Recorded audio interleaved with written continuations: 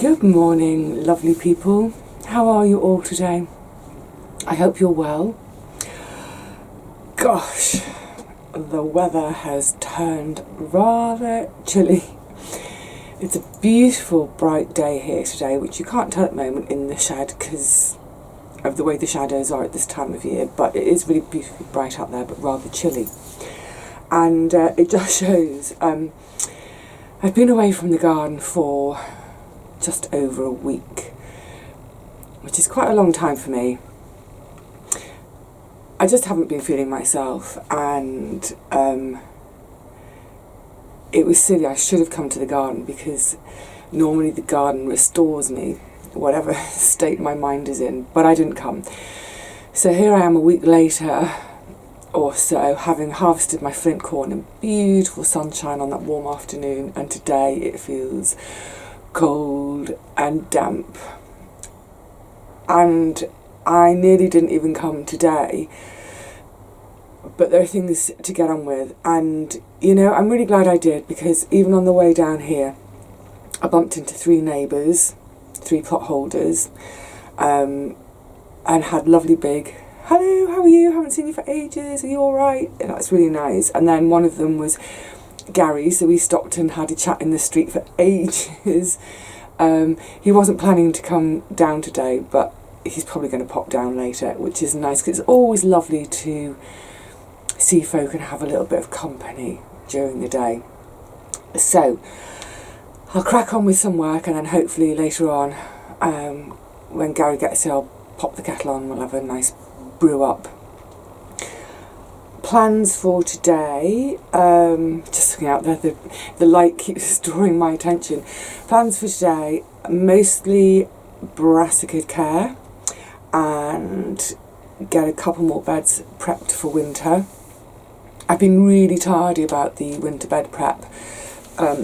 It's something I should have probably got finished over the last week. But two things, because I'm not sowing any wintergreen manure, there's no hurry to get seed into the ground, so, and also, like I say, just didn't feel like it. So mostly today, brassica care and get another couple of beds prepped. So with the brassicas, I'm going to get the nets off now because I haven't seen butterflies for probably 2.5, maybe even 3 weeks now. I don't seem to have an issue with pigeons, so they're normally okay, and I prefer to have them out of their nets because I like to see the plants, I like to see them, and also it's just easier for harvesting. You know, I've got masses of Cavolo, the Tuscan kale, to harvest, and I sort of keep forgetting to do it because it's such a palaver and a faff with the nets. So nets off, removing any dying leaves, etc, etc. And I'm going to give them a bit of a spray today with something new to me. I know you're probably, some of you falling off your chair at the thought of me spraying. There are two chemicals I use in my garden, urine and beer, and that's it. But I was given this as an Easter egg, weirdly enough. It's called, can you make that out, Grazers. So this is supposed to be, it's an organic product that's supposed to spray the plant, and it makes it, I don't know, taste horrible to the slugs and snails, so they leave it alone. But there's no taste to us, and it's perfectly safe for us. I've done a lot of looking up because I'm like, are you sure? Are you sure? And I've spoken to, excuse me, a number of my friends who have used it, who are also organic gardeners, and they say it's fine. Anyway, I was given this as an Easter egg, perfect time of year, but then reading on the back of it, it's don't use it on seedlings. You have to get them a bit hardened off and a bit bigger. So it's kind of like, well, that's kind of when I want to use it for my seedlings. So never mind, I didn't use it on seedlings, but what I found with my brassicas over the winter is the slugs do like to curl up inside there and slowly munch away, and it's a nice safe place for them over the winter. So I'm going to have a little bit of a spray with that today. I don't know if any of you have used it, how you found it. We'll see. It does say Spraying weekly is effective against damage and benefits the plants. I don't know whether it's something I'd use every week. I don't know. Just to say as well, I believe, and this is, if it works, this is how I would buy it in future, I believe you can buy it in a powdered form that comes in a cardboard box rather than one of these lumps of plastic. So, give that a go today. And the other thing today, finally, I'm going to get in is my beautiful, it's grown a bit, this is my beautiful Taunton Deane Perennial Kale. Sorry, a word went out of my head then. Kale, it's a kale. That Jimmy, the lovely Jimmy over in Essex, very kindly sent me. It was a cutting from one of his plants. Gosh, it was half the size when I got it. I think that was the end of August, so August, September, October. Yes, it's about 2 months old now. Really looking forward to getting that in. So this perennial kale, I love the idea of it. So I was doing a little bit of reading because I've never grown one before. As I say, this one's called Taunton Deane. I'm going to just show you the label in case I'm not being very clear. There we go. You see that? Taunton Deane for Vivi. That's me. I get the plant. Also, once upon a time known as cottager's kale. I love that idea. So this is something that, you know, if we go back 100 years, even more, would have been really common in cottage gardens, just planted amongst all the other flowers and plants and veggies, etc., etc., etc., etc. So the idea is it's a perennial, so we use it as a bit of a cut and come again, and it puts on a new spurt of growth each year with some little side shoots which you can propagate from. Will last forever, sort of forever, but generally, from what I've read, production after about 5 years, they can get a bit tough and gnarly, so it's probably a good idea after maybe 3 years or so to propagate and get some new little plants growing. It can grow as high as 2 to 3 metres.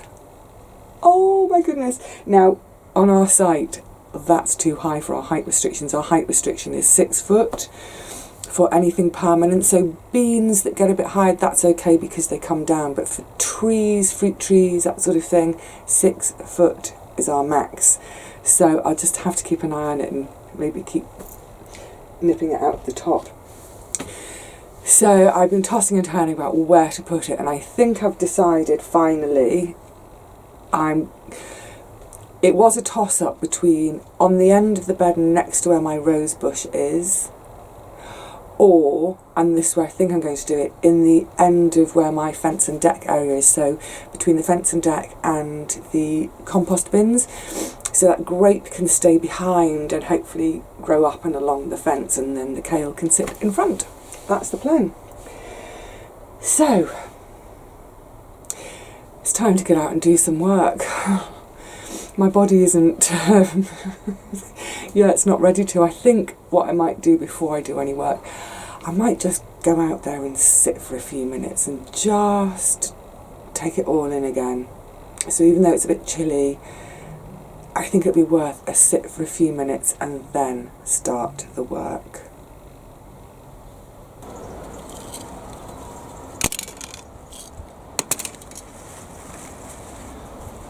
I love this moment each year when I can get the nets off.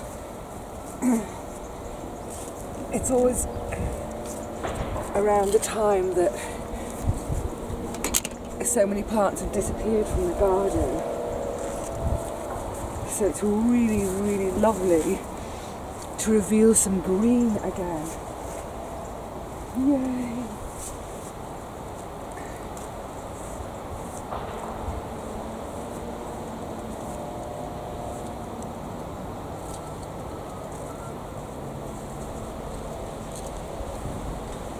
Of course, it's sod's law that when I want to do this, the wind is picking up a bit.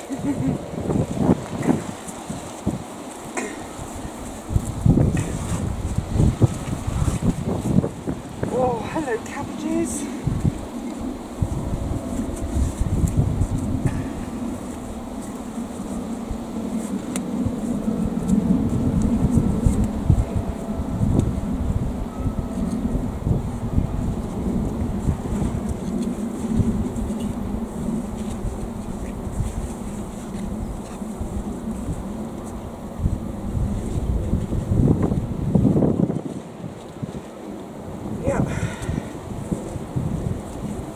Well, another reason for getting the nets off is I can see that obviously some of my seedlings got mixed up, because some of these aren't cabbages, they're calabres. But that's great, because I didn't think I had any this year. I'll show you in a sec, but they're ready for harvest as well. Yes! Oh! I'm so glad I came today.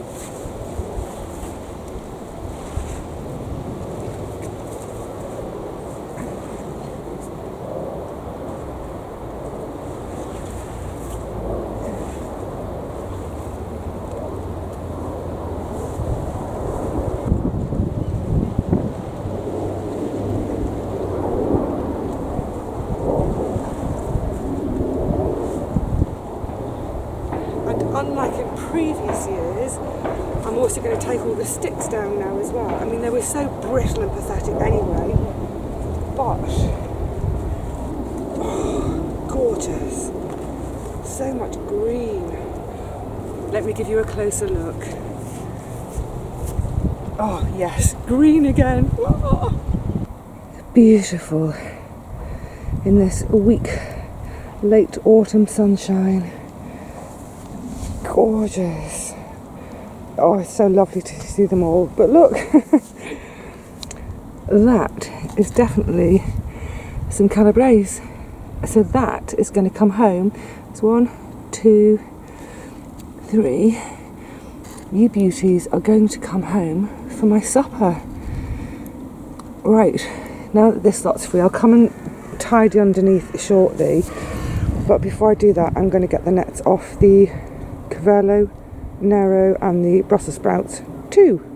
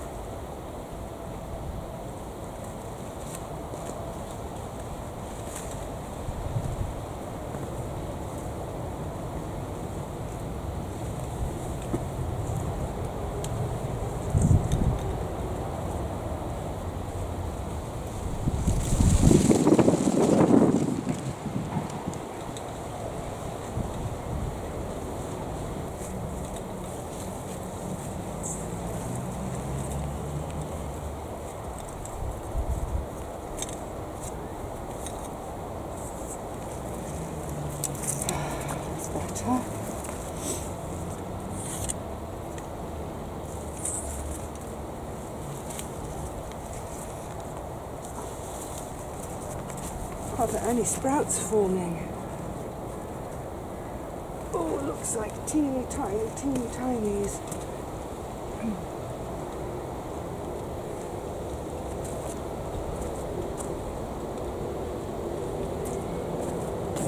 The first teeny tiny nubs of sprouts forming. Hurrah! So these went in really late. I think in the end they were a third sowing possibly. So I really wasn't expecting sprouts for Christmas, but hopefully they'll be happy to carry on growing away. And you never know, maybe by February, March, I may get some sprouts for my supper. And you know what, if nothing else, there's a few in there. If nothing else, well, I will just have these beautiful leaves to eat instead. But I hope I do get sprouts. Right, time for a little bit of a tidy up in here. Once I've got all my brassicas free of their nets again, I like to just go through, remove any of the leaves that are dying back, any that have dropped already, because all of these that end up on the floor, they just seem to be a slug and snail magnet. And I know it seems a bit contradictory to pick all these bits up when I actually want them eventually to go into the soil. But the slugs and snails seem to not like the grassy mulch as much as they love decaying brassica leaves. So I'll just go through, pick them all off, chop them up a bit, and then they can go into the compost bins. Ooh. It's always about the mulch and the compost, isn't it? We're mulch compost obsessive, us gardeners, aren't we? And I'm going to have a jolly nice pick of some of these leaves to eat too. So I am going to spray this grazer stuff in a moment, but I'm going to do my pick first because yeah, I don't want freshly sprayed stuff for my supper tonight. Right, let's get a wriggle on, let's get this lot done. And then what I'm going to do as well is in some areas I've got a little bit of bare soil. I can actually scrape some mulch aside. I'm actually going to give it a top dressing of some chicken poo today, because they had chicken poo when they went in. But when was that? End of August, beginning of September? So yeah, I'll give them another dressing now. Also, it's a chance to notice if there are any weeds, which I don't think there are, apart from that one blade of grass. Yeah, so a little top dressing of chicken poo as well.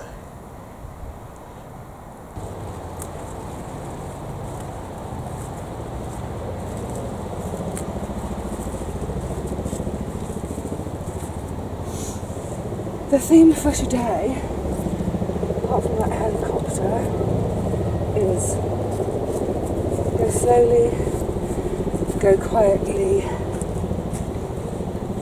let the garden do its magic on me.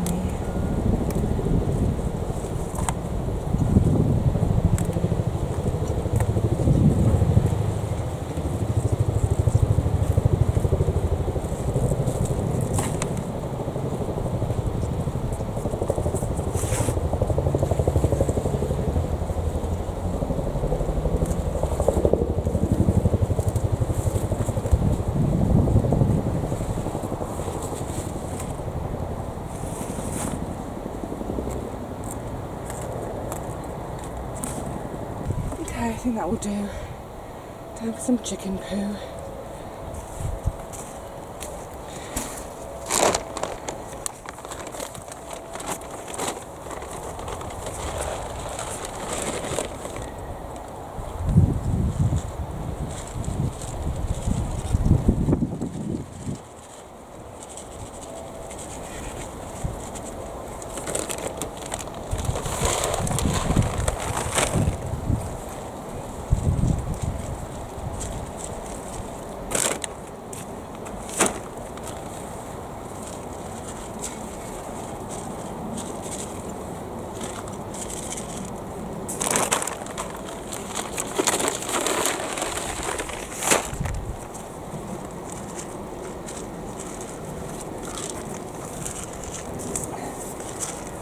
I need to do some more mowing. It's definitely to do with some more mulching. Oh, another blade of grass. Okay. Time to go and do the cabbages. This is the spot I picked for the perennial kale. Just clear a bit of this foliage. I don't want to take the chopcha out just yet because I'm enjoying the greenery, but I do need to have out. Now I need to get some secateurs. I'm just trying to work out what's what under here. I think that's the chopcha stem snuggled right up with the grapevine. That's good, so that'll give me a kind of a don't dig there.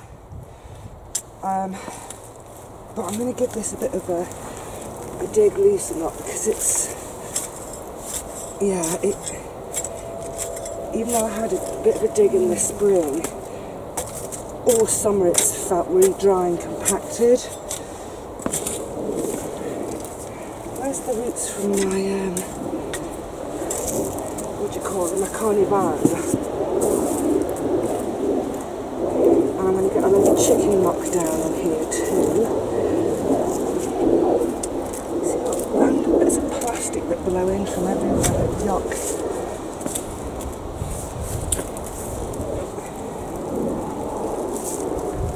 See, look, it's pretty solid and heavy down there. And although I want a firm position for this kale, I don't want to put its roots into massively compacted soil, not at this stage in its life. Oh, yuck. Yeah, this could do with a ton more compost. So what I'll do is I'll get it in, and then just over time I'll keep mulching, and that will act as compost. It will get drawn down, hopefully by some beautiful worms. Oh, let me snip that off, that's bugging me.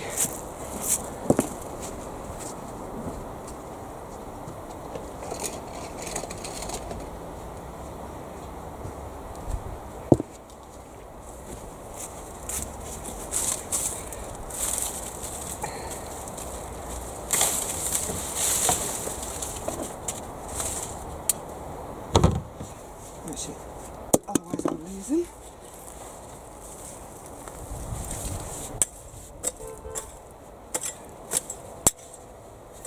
I'm hoping as well that whatever good is in the bottom of the compost bin, some of that can, whoopsie, can sort of leach out into this bed.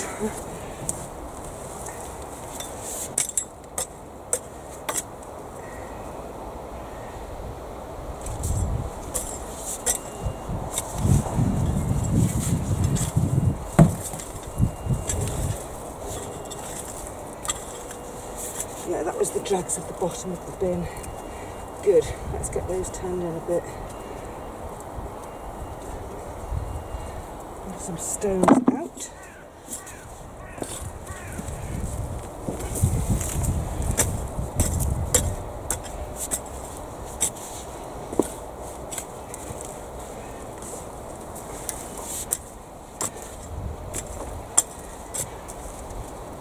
Have the plastic out. I think that might do actually. So let's get a hole sorted. There's so much plastic everywhere. It just astonishes me, and that's why I'm always saying about, you know, being really mindful if you're using plastic. I've tried to avoid it in my garden ever since I have my garden. I've tried to avoid it in life. Massive rock. But no matter how much I avoid it, literally every time I do any kind of digging or disturbing of the soil, I bring up plastic, and I know it's not mine. Right, let's dig a little hole. What I mustn't do is lose my label. Not just because it's telling me what the plant is, I will remember, but because it was a gift. So, let's also see what it's managed to do by way of roots in a couple of months.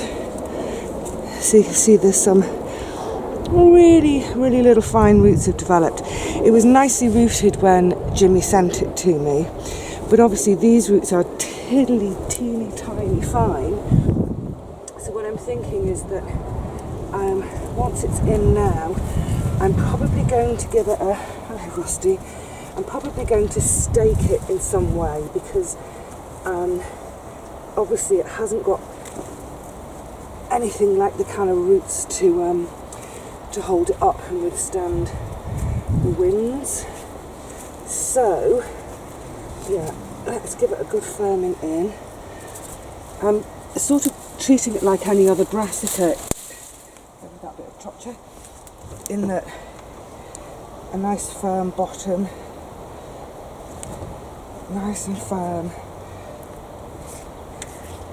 And I think also because this has been at home for 2 months.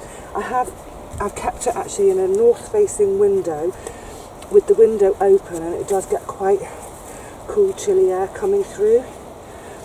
But even so, I'm thinking that I might just, I don't know, for a week or 2 weeks, I think I'll just pop a little bit of fleece or something around it, because it has gone really quite chilly at night time especially, and I don't want to shock the poor little thing, because firstly, it's a beautiful prize cutting, secondly, they're really, really expensive to buy. So, yay! In goes the Taunton Deane, and I shall look forward to many, many years of harvesting it and taking cuttings to share, just as this cutting was shared to me. Right, let's go and find a stake and some fleece.